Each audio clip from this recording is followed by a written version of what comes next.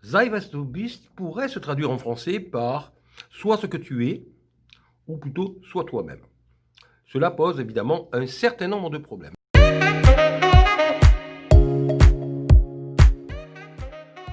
Le problème que cela pose est le suivant. Nous sommes en permanence formatés. Nous allons à l'école, on nous apprend à nous tenir, on nous apprend à nous comporter d'une certaine manière, ce qui est incompatible avec le fait d'être soi-même, puisque nous devons nous adapter à la vie sociale, aux exigences sociales, etc. Dans un deuxième temps, nous devons apprendre. Le fait d'apprendre implique également que nous n'allons pas faire en apparence ce que nous voulons faire. Et donc nous n'allons pas être ce que nous voulons être.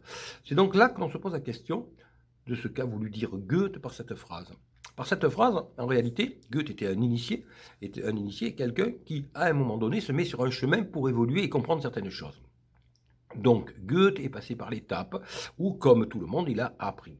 Lorsque là, on est un alpiniste, par exemple, eh bien, on ne peut pas espérer gravir une montagne élevée sans avoir appris l'alpinisme, et donc sans s'être formé, sans s'être formaté. Et en se formatant, on a donc l'impression de s'adapter à des règles, et donc de ne pas être ce que nous sommes.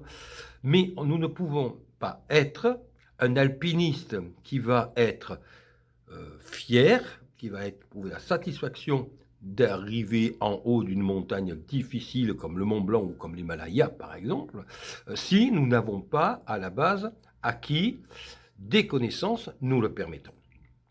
Donc lorsque l'on oppose cette notion de formation, voire formatage à notre liberté d'être ce que nous voulons, il y a erreur. Il y a erreur en ce sens que l'acquisition de connaissances et de savoir ainsi que de savoir-faire n'est pas un empiètement sur notre liberté, mais au contraire un outil de ce qui nous permettra de nous exprimer et donc d'exprimer notre liberté ultérieurement. Ceci est la première chose. La deuxième question qui se pose est donc de savoir comment réagir socialement. Socialement, si nous sommes ce que nous sommes, c'est-à-dire si nous sommes nous-mêmes, eh bien, en toute logique, nous devrions dire aux autres ce que nous pensons. Certes, avec le savoir-vivre qui convient, avec l'éducation qui convient, mais nous devrions toujours dire ce qu'il y a à dire et être donc nous-mêmes. C'est un petit peu ce à quoi nous engage Goethe par cette phrase malgré tout, qui nous engage à être nous-mêmes avec autrui et non pas être une apparence, être un masque bien politiquement correct, bien séant, qui fait plaisir à l'entourage.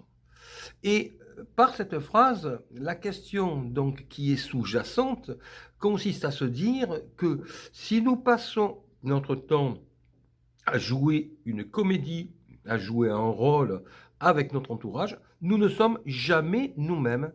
Nous sommes toujours un masque qui fait plaisir à ce que les autres veulent voir de nous. Et finalement, les autres ne voient jamais ce que nous sommes et nous nous retrouvons entre des personnes qui avons des pensées, qui avons des idées, qui ne dévoilent jamais réellement à l'entourage, car ces idées ne correspondent pas à ce que l'on voudrait percevoir de nous.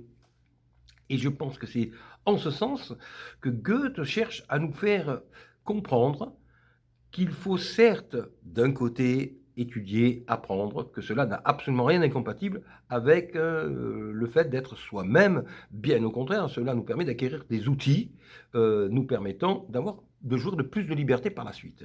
Mais dans un deuxième temps, concernant notre positionnement par rapport aux autres, eh bien, il faut être capable, d'un côté, de respecter autrui, de respecter la sensibilité parfois d'autrui, à qui, selon ce que nous disons, eh bien, nous allons parfois pouvoir heurter, pouvoir blesser.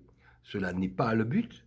Mais avec qui, si nous nous contentons de dire ce qu'il y a à dire, eh bien finalement nous ne sommes jamais nous-mêmes. Donc nous sommes pris entre ces deux aspects.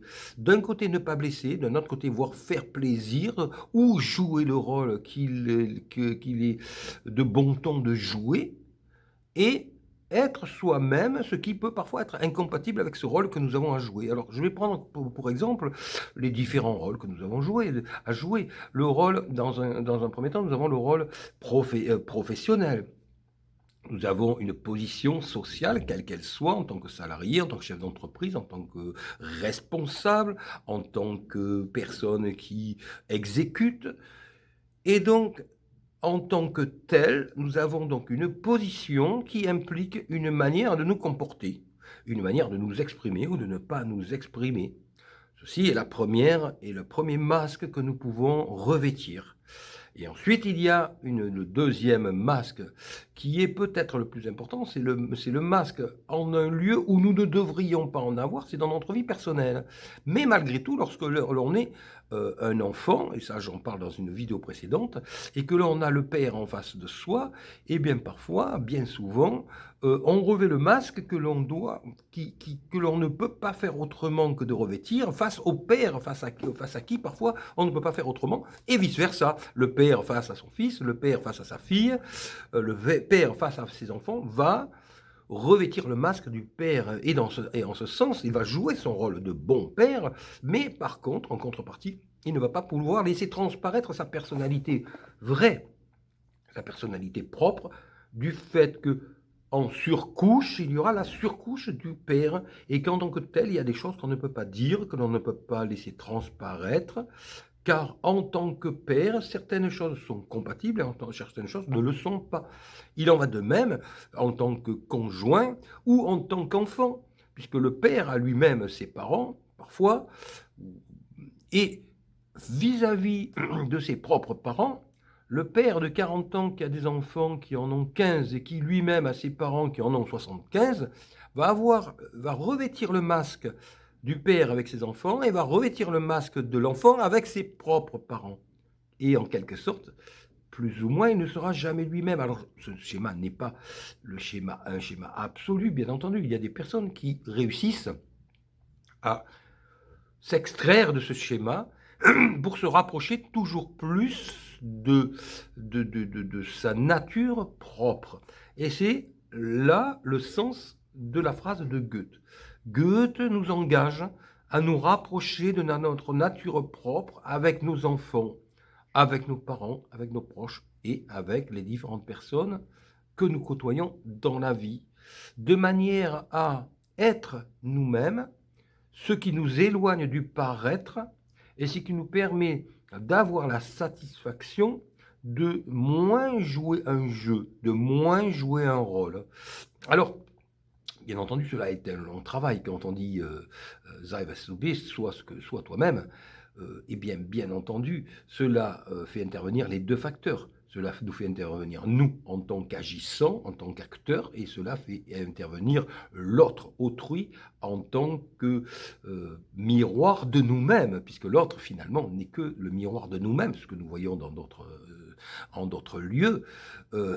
Et ce miroir, eh bien, ce miroir est le reflet de l'image que nous donnons. Donc, lorsque nous donnons une image, donc un masque de nous-mêmes, eh bien, il faut bien se rendre compte que l'autre réagit à cette image que nous donnons. Et donc, au plus nous donnons une image qui est propre, qui est proche de ce que nous sommes, et au plus nous aurons des personnes qui vont réagir au plus juste face à ce que nous sommes et non pas une illusion de ce que nous sommes. Ce qui nous permet d'avoir des relations avec des personnes qui sont toujours plus en adéquation avec notre être propre. Ce qui est bien sûr beaucoup plus facile en termes de relations à autrui que lorsque nous entretenons des relations où l'autre réagit par rapport à nous, non pas par rapport à ce que nous sommes, mais par rapport à ce que nous donnons l'impression d'être, ce qui induit un énorme décalage. Voici donc cette question d'être ce que nous sommes. Pourquoi être ce que nous sommes? Qu'est-ce que cela nous apporte? Eh bien, je dirais qu'être ce que nous sommes est un long chemin qui a pour but de nous permettre, dans un premier temps, d'avoir la satisfaction d'être nous-mêmes sans jouer de jeu, ce qui est difficile parce que certains acceptent, d'autres n'acceptent pas. Eh bien, je dirais qu'à la limite, peu importe ceux qui n'ont pas l'intelligence de comprendre, il vaut mieux, de toute façon, vivre côtoyer des personnes qui ont une intelligence qui nous correspond et qui nous permet surtout d'évoluer, de nous émanciper et d'être nous-mêmes. Et dans un deuxième temps, cela nous permet d'avoir des relations donc avec autrui bien plus satisfaisantes, bien plus enrichissantes parce que beaucoup plus vraies. Voilà, je vous remercie. Vous pouvez liker cette vidéo si jamais cela vous plaît. Alors bien sûr, c'est un petit peu compliqué, comme tous les thèmes philosophiques que j'aborde.